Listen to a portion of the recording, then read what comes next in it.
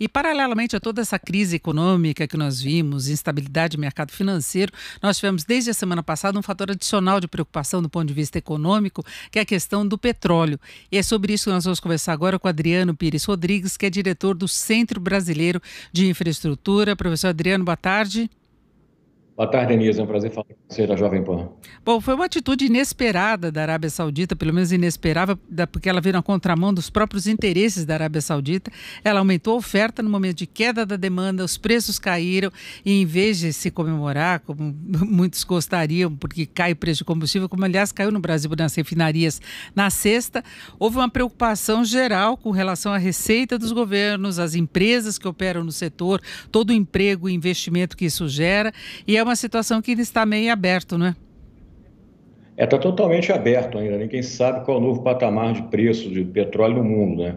Hoje, para você ter uma ideia, né, o petróleo está sendo vendido abaixo dos US$ 30, né? É um preço muito baixo, né? E agora, essa história da confusão da Arábia Saudita com a Rússia, quer dizer, não era previsível, né, a ação da Arábia Saudita, né? Mas aquilo já vinha também caminhando para uma situação de crise, né? Lembra que desde o final do ano passado a economia mundial está em desaceleração, né? Isso significa preço de barril mais baixo, né? Aí veio o coronavírus, turbinou a crise, né? E com isso a Arábia Saudita tentou um acordo com a Rússia, né? Que faz parte do tal do cartel da OPEP+, né? Lembra que a Rússia não é membro efetivo da OPEP, mas é convidada, né?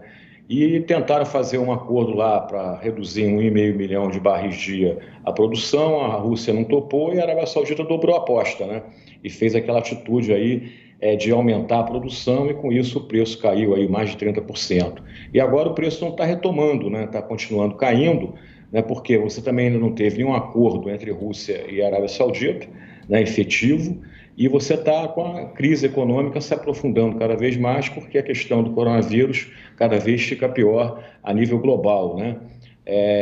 Realmente, como você disse, preço baixo de barril de petróleo não é bom para a Arábia Saudita, porque é a única praticamente fonte de receita daquele país. Para a Rússia também não é nada interessante, 60% da receita da Rússia vem do óleo e do gás. Para os Estados Unidos, que é outro grande país, também não é bom petróleo barato, porque começa a inviabilizar o famoso lá shale oil, né? Que colocou os Estados Unidos outra vez como o maior produtor de petróleo do mundo, né? Tanto que você está vendo aí o presidente Trump já anunciar que vai aumentar os estoques de petróleo nos Estados Unidos, né? Para comprar óleo dos produtores de shale, né? Que senão quebra o Texas, né? E ele está numa campanha eleitoral, né? Daqui a alguns meses vão ter eleições para a presidência dos Estados Unidos. Agora, essa atitude, por exemplo, do Trump vai manter o petróleo barato, né? Porque ele vai aumentar os estoques e com isso ele vai comprar menos óleo aí da Rússia, da Arábia Saudita e de outros países.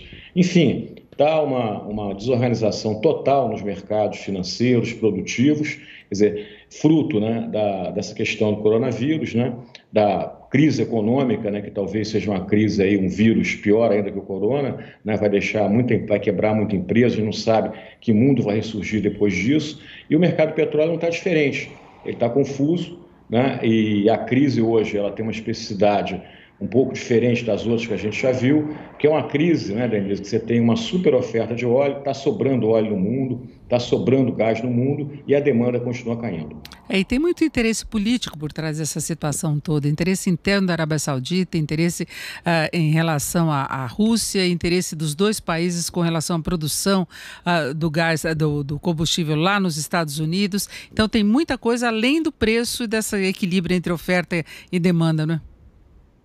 Sempre foi assim, né? O mercado de petróleo sempre teve uma influência muito grande da geopolítica, né? E hoje não é diferente, né? Você tem na Arábia Saudita um governante muito polêmico, né?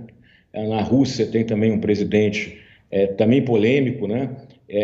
A Rússia hoje tem, por exemplo, interesse na Venezuela, que é uma das grandes reservas de petróleo no mundo, né? Hoje muitos falam que quem garante lá o Maduro no governo é a Rússia e a China, né? Principalmente a Rússia.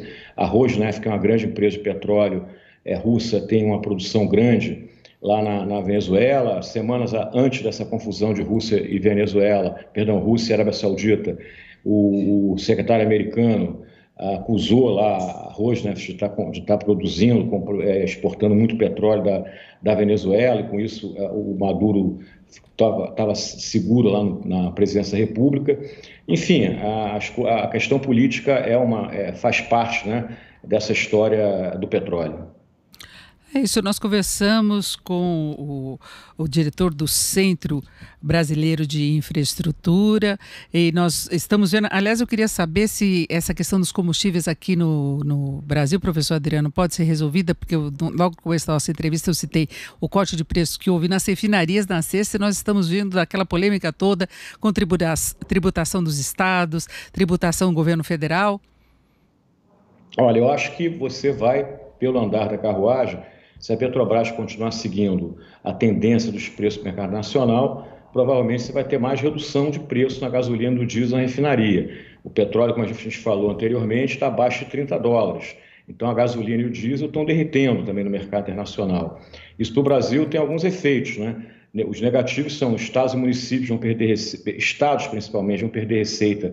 O ICMS, né? Lembra que o ICMS é cobrado em cima de um percentual no valor da gasolina, então vai cair bastante a receita de ICMS dos estados. Combustível é uma das grandes receitas que os estados têm hoje, e a crise fiscal é gigante. Você também vai ter redução de royalties, né? E aí isso vai afetar muito, principalmente a economia do Rio de Janeiro, que também está numa situação das mais difíceis, né? E vamos combinar, estamos reduzindo a receita de ICMS, reduzindo a receita de royalties, num contexto que você precisa aumentar as receitas para fazer frente ao coronavírus, né? E por fim também no âmbito dos combustíveis, você pode ter problema com o etanol, né?